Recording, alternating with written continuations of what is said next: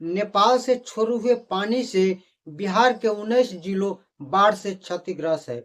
और इसी क्षतिग्रस्त को देखते हुए गवर्नमेंट की तरफ से कुछ खाने पीने के सामान हेलीकॉप्टर से पहुंचाने की कोशिश की जा रही थी। लेकिन जैसे वहां हेलीकॉप्टर से खाने पीने के सामान पहुंचाने की कोशिश की गई, ये हेलीकॉप्टर जब बिहार के मुजफ्फरपुर पहुंचता है, पहुंचने के बाद में उस हेलीकॉप्टर को लैंड कराने के लिए वहां पर कहीं भी सूखा जगह नहीं मिलता है। और जब कहीं भी सूखा जगह नहीं मिलता है, तब उस हेलीकॉप्टर को लैंड कराने की कोशिश की जा रही थी। उसी बीच बांस में ये हेलीकॉप्टर टच हो जाता है, और टच होने की वजह से जो फ्यूल होता है वो फ्यूल लीक होने लगता है।